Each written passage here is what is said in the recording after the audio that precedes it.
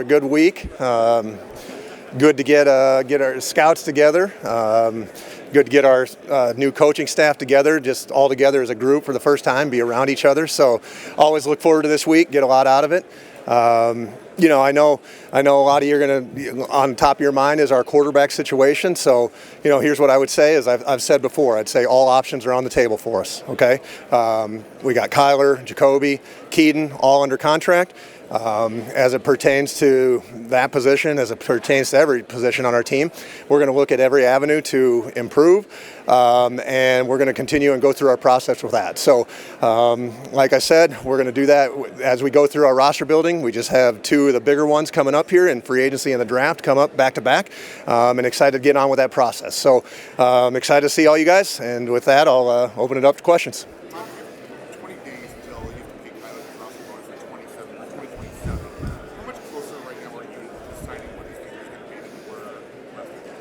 Yeah, I think, Josh, those discussions go on daily. And, I think there's not just Kyler, there's many of our players that have, different structures of their contract that come up in that time frame. And so each one of those is an individual discussion, and those are going to continue here as we go forward and go into the free agency period, and that leads into the draft. And so, those are discussions that are ongoing, and we'll continue to have them.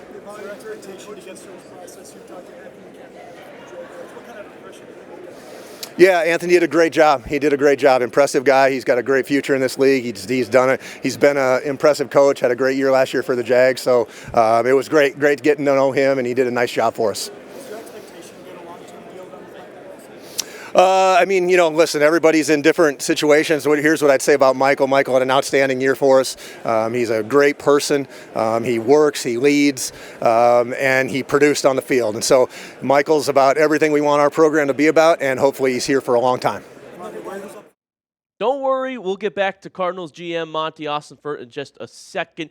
But a reminder to hit that subscribe button if you want NFL Combine coverage all week long. Chat Sports has boots on the ground in Indianapolis, and so I will have content for you all week.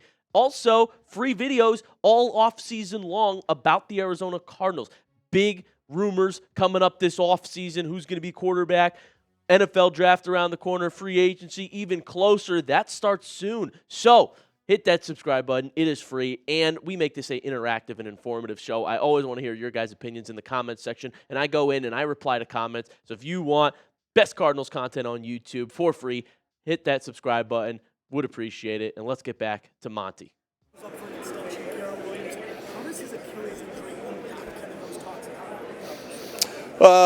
I think with any player that's injured, their first and foremost is they got to get healthy. And so, Garrett's one of our guys who he's working hard. He's been in the facility every day. He's making good progress, and excited to get him to a point where he can get back on the field. Along those lines, with James Conner, how's he doing in terms of rehab, and kind of where do you see the running back room right now with everything that's been going on? Yeah. So, we've had some injuries in that room. And so we got some guys that are nicked up and really put those guys in the same bucket. Those guys, they're in the facility, they're rehabbing, they're working hard. They're all at different stages of their recovery. That's true for JC, it's true for Trey Benson. So, those guys are working hard, and when they're ready to get back out there on the grass, we'll have them out there. You mentioned 2023 Rondale more in Arizona Cardinals. Obviously, this was Yeah, just absolutely tragic situation. Just came off a great event out at the State Farm Stadium and found out about that news Saturday night, and it was a gut punch. I was only with Rondale for a year, and his competitiveness, how important football was to him, just how he lit up when he made plays. It's just very sad, and I know you just saw how the outpouring of our players. Some people knew him better than others. I had the benefit of being with him for a year, and so just a very, very, very tragic situation.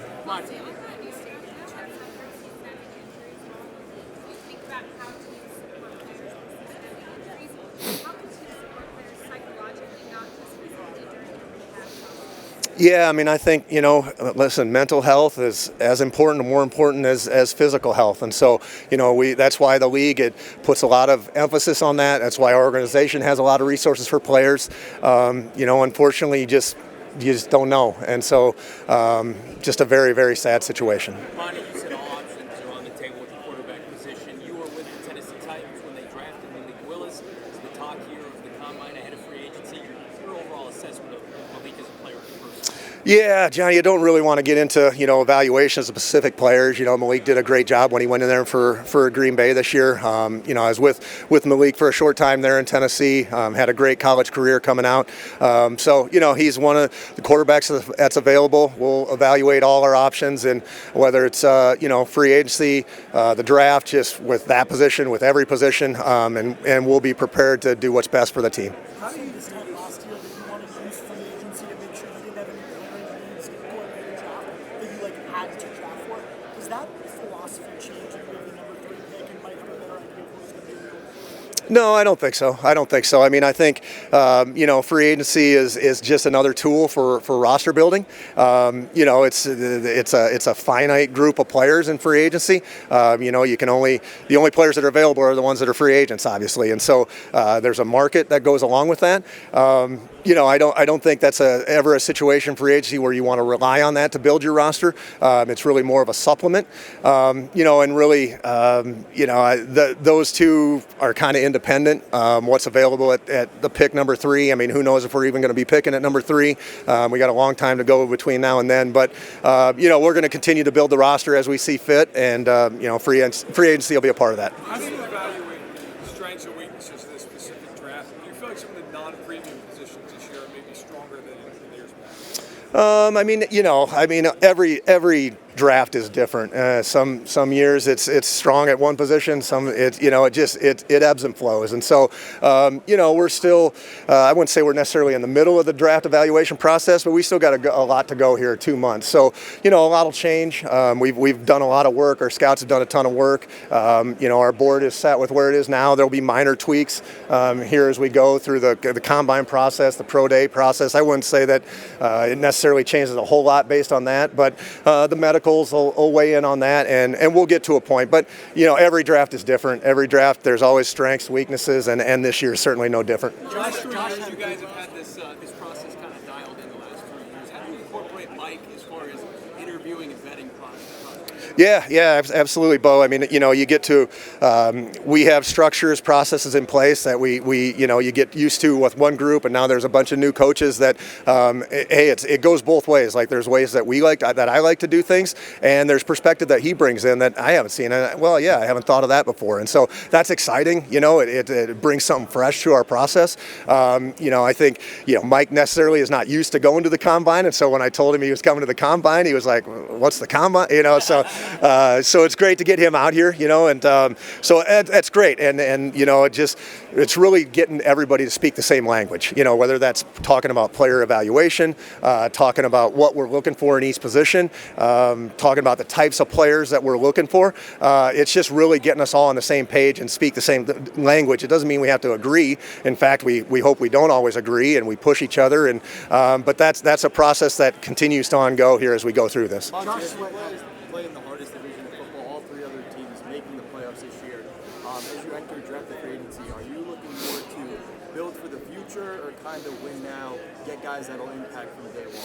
Well, I think that's both. I think no matter where you are in your team's process, I mean, it's always a balance. Like we're always looking to be the most competitive that we can be this year, and there's always a long-term aspect to roster building as well. And so, hey, listen, we have a challenging division. We have the Super Bowl champs, we have the team that was playing to go to the Super Bowl, and we have a team that was in the final 8. So, listen, it's a meat grinder of division, but you know what? We wouldn't want it any other way. It's a challenge, and even outside of our division, there's no easy weeks. Like no matter who you play, it's hard to win a game in the National Football League, and that's the way it should be. That's why it's the most competitive league in the world. And so we're looking forward to the challenge, and we're anxious to go out there and prove ourselves and improve upon what we did last year. I know that Josh Sweat had a good year, but overall, what did you feel like you got out of your edge guys, and what did you like to see? Yeah, I mean, I think it's the same for all of our players. There was some good, there was some bad, there's some things that have to improve, and that's the same. You can say that for any of our guys. And so, Josh was great. Josh was as advertised, came in and was able to disrupt the quarterback on the edge. We always, there's all of our players would always say, they'd be the first to say, hey, there's some things I left out there, and it's our job to help them develop, put them in situations to succeed. And so that's true for our edge as it is for all positions across our team. You suffered a high volume of injury. Yeah, thanks for reminding me. What are your expectations for him? Yeah, really excited about Walt's future. Walt ran into some tough luck for us there going into training camp and knocked him out going in. And guys, that's hard. That's hard for a rookie player to recover from.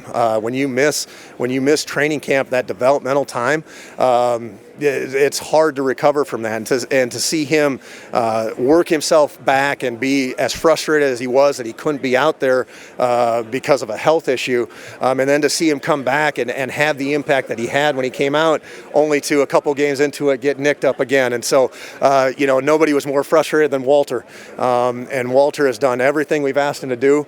He's been great in our building with rehab and when he was practicing and when he was on the field. Like, we saw flashes of what Walter can be, and he's been in the facility every day since the season ended. He's going to have himself in a great position to help us out. We're really looking forward to Walt's future with us, and he's going to be a disruptive player for us for a long time. Yeah, I've always had a good dialogue with Kyler, and I'd say it wasn't up to what Kyler wanted. It wasn't up to what any of us wanted as a season as a whole. And so when you had the kind of year that we had, there's a lot of room for improvement. And so we got to find a way to do that, not only at that position, at all positions, but that's what we're all focused on, is getting better and moving forward. On the subject of building your roster to win now, does your record as general manager change the urgency and the need to build a roster that can win in 2026? No, we're 0-0 right now, Teo. So we're looking forward to next year. We're doing everything that we can to make 2026 a successful year, and that's how we're going to build this team. We're going to build it the right way. We're going to build it with both, like I said earlier, being competitive now and also the long-term outlook of the entire team. A ton of injuries last year, Monti. Changed in terms of building a team around a quarterback to best support? I'm sorry, repeat that? How has your thinking changed around team building to best support a quarterback? Well, I mean, I think, the quarterback is obviously an important position on the team, but he needs 10 other guys around him to do their jobs as well for him to operate, to be successful. And so, it's team building, like it's allocating resources. I mean, you can't, it's hard to be, it's hard to build everything like at the utmost level. You're going to dedicate resources one area and have to take back on another area, and that's just roster building in the NFL. High volume of injuries last year. Any changes to the process with the staff and training staff? Yeah, absolutely. So we're looking at everything. We're our training staff, our strength and conditioning staff, how we train players, how we treat players. Last year was tough. It's tough when you acquire players and you try to build a team, and then those players that you're counting on for whatever reason, they're not out there. And that's there's two things that suck about life in the NFL. It's injuries and losing. And unfortunately, we suffered a lot of both last year. And so we got to find a way to overcome that. We got to find a way to put our players in a better position to take care of them, to train them so that they can remain on the field. And so that has been a huge emphasis of what we've been doing. And we're going to continue to look at that as we go into the offseason, how we're going to structure practice, how we're going to train when the players come back in April. And so that's been a huge emphasis for us. Have you made any changes to that staff yet? We're still working through that. Yeah, we're still working through that, and we'll have some clarity on that here soon. Players who actually work out at the combine every year, how much does that impact your evaluation of them? Like, does it matter if they're working out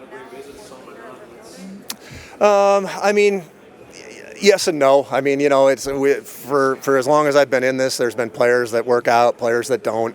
I like to fill in all the boxes when we can. I like to have the information as much as possible. But for whatever reason, there's going to be guys, whether it's injuries or choice or whatever, that are just not going to work out. And so, there's nothing I can really do about it. We'll deal with the information that we have, whether it's here at Pro Days, whatever it is, but it's nothing new, and we're used to it. Folks have kind of snubbed their nose at this quarterback class. What's your assessment going into this 2026 class, and your assessment maybe taking a quarterback contract, not necessarily early, but later on? Yeah, I mean, I think, I'm open for taking the best player at our pick, no matter what position it is. And so, whenever it's time for us to peel a name off the board, like, we're going to take the best player. And oftentimes that's not due to whatever position it is. It's because we think that's the best value at the position. And so, there's a lot of quarterbacks in this draft. We'll continue to evaluate them. This will be another step in that evaluation process. We're at a good spot in where we're at based on our scouts' fall reports, the All-Star game process. Some of the guys played down there. And so, that's another group that we got a couple months here of evaluation. We'll be ready to go on that position. Do you take a lot of pride in your first pick being up for a multi-year extension, and how much urgency do you have to maybe lock up Harris? Bo, say that one more time. Sorry. Do you take a lot of pride in your first pick as general manager? Yeah. Being up for a big extension. Yeah. Your option, but how much urgency do you have to maybe lock in Harris? Yeah, I mean, Paris he got through year 3, be going into year 4. So, excited about where Paris is at.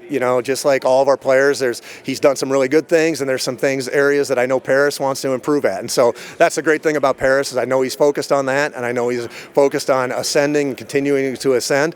And so, we got some decision points coming up with Paris here in terms of the 5th-year options. We'll be ready to make that decision here.